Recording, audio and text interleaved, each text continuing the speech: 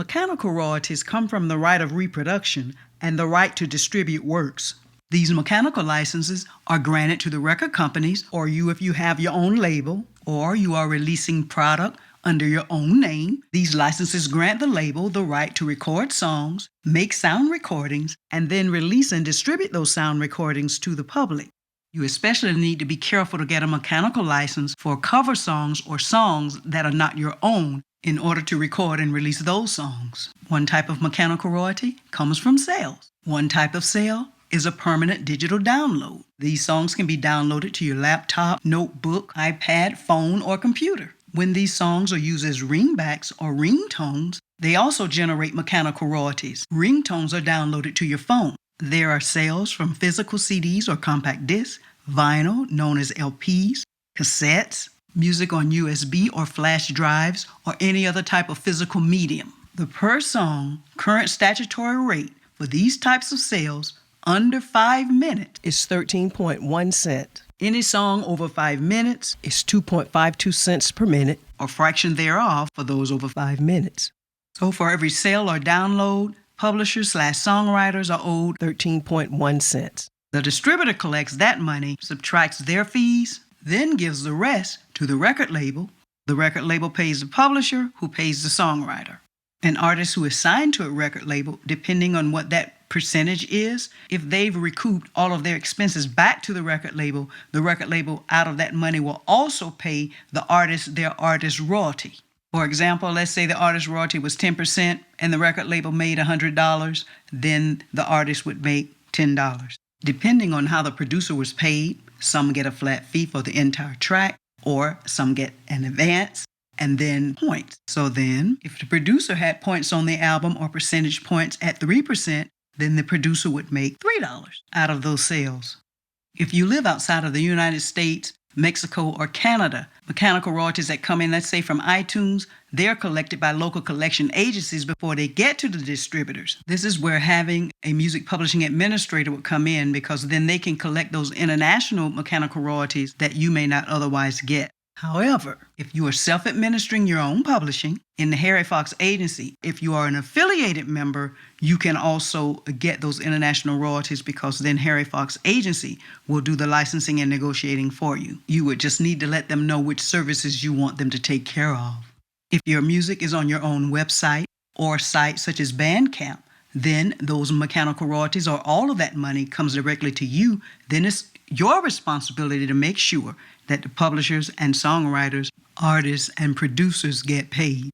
Ringtones are 24 cents per copy. They can be licensed directly through your music publisher or with the Harry Fox Agency in the United States. Outside of the United States, because ringtones also generate performance royalties, they are collected through the PROs. Another mechanical royalty generated from your songs are from karaoke. If karaoke companies sell those CDs, then again that falls under the current statutory rate of 13.1 cents. But licensing for karaoke music can be done also through the Harry Fox Agency or directly with your music publisher. Rates can vary depending on many factors, such as the licensing needs and objectives. So the rate can be set anywhere between 9 to 15 cents per unit for songwriter royalties. If you as a songwriter or music publisher decides to have your music transcribed and engraved into sheet music and then sold by a print music publisher, then you'll be paid the negotiated rate for each copy of sheet music sold or for a number of songs included in a songbook. These print music royalties are also a type of mechanical royalties, payable to publishers and songwriters.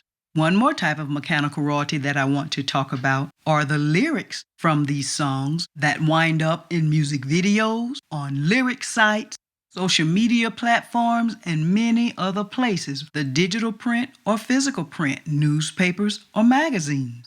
These mechanical royalties are songwriter royalties. Licenses can be done directly through music publishers or through the Harry Fox Agency. The next type of mechanical royalties are called streaming royalties. We'll break the streaming royalties into two types. First, interactive streaming royalties or on-demand streams, meaning you can choose the songs you want to hear on demand and begin listening to the song of your choice. Therefore, it's interactive in that you get to select the songs that you choose to hear.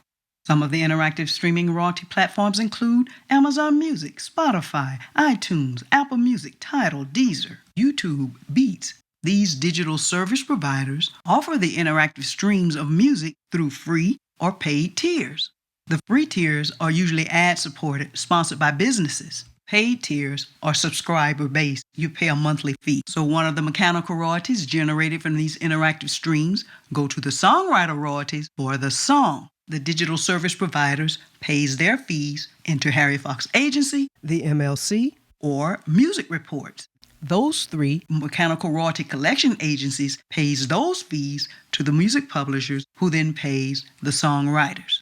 The second type of mechanical royalty that comes from interactive streams are for the sound recording. The sound recording, interactive streaming mechanical royalties also come to your digital distributors from the digital service providers. That money then goes to the label then gets its share, and then the artist gets the rest of it. YouTube's partner program allows you to monetize your sound recording in videos, whether you upload them or your label uploads them or other YouTube creators upload them in their videos. If you don't monetize through YouTube's partner program, you can do it through your digital distributors who will monetize for you through YouTube, or you can use other third-party services such as AdRev or Audiam to monetize on YouTube for you. YouTube will then place ads or banner ads on your videos. If the banner ad is clicked or the ad is watched for 30 seconds or more, that will generate ad revenue, in which 55% of the ad revenue will come to you if you are a verified YouTube partner. If you use a distributor, the money will go to the distributor. They'll take their fee, give it to the label who gives it to you.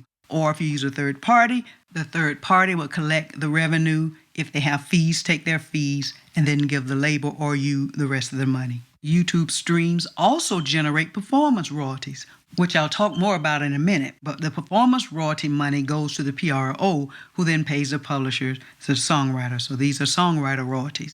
Calculating rates for streaming royalties is not as simple as what we went through for mechanicals, downloads, or sales. Yet I have these wonderful charts, courtesy of the Harry Fox Agency, that will explain how they calculate the different streaming royalties. This rate calculation is termed standalone non-portable subscriptions streaming only, means subscription services accessible on desktop computers that only play music when a live internet connection exists. They have two formulas by which they calculate royalties. Number one, calculate the all-in royalty pool, where it means the greater of 11.4% of the music service revenue divided by 22% of the total cost of content. Number two, calculate the payable royalty pool. So you have the all-in royalty pool. Then they separate the mechanical royalties from the performance royalties, which is the greater of the mechanical royalties divided by 15% for each qualified subscriber per month, which equals to the payable royalty pool.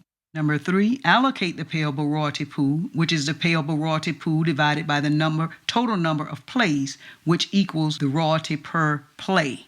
There are several charts that explain all the different variables by which these streaming royalties are calculated. You have subscription services accessible on desktop computers that only play music when a live internet connection exists. You have subscription services accessible on desktop computers that play music whether the computer is online or offline. Subscription services accessible through portable devices such as mobile phones. Then you have interactive streaming or limited download subscription services bundled with another music product, such as locker services, permanent downloads, or ringtones. Now, music locker services allow you to store your music in the cloud, and then you can play that music on several devices. Think of iTunes Match. And speaking of iTunes Match, make sure your digital distributor collects those music locker service royalties. Then you have interactive streaming or limited download subscription services bundled with another non-music product, such as a mobile phone. Let's say, for example, Verizon is offering 6 months of Apple Music with the purchase of a new cell phone.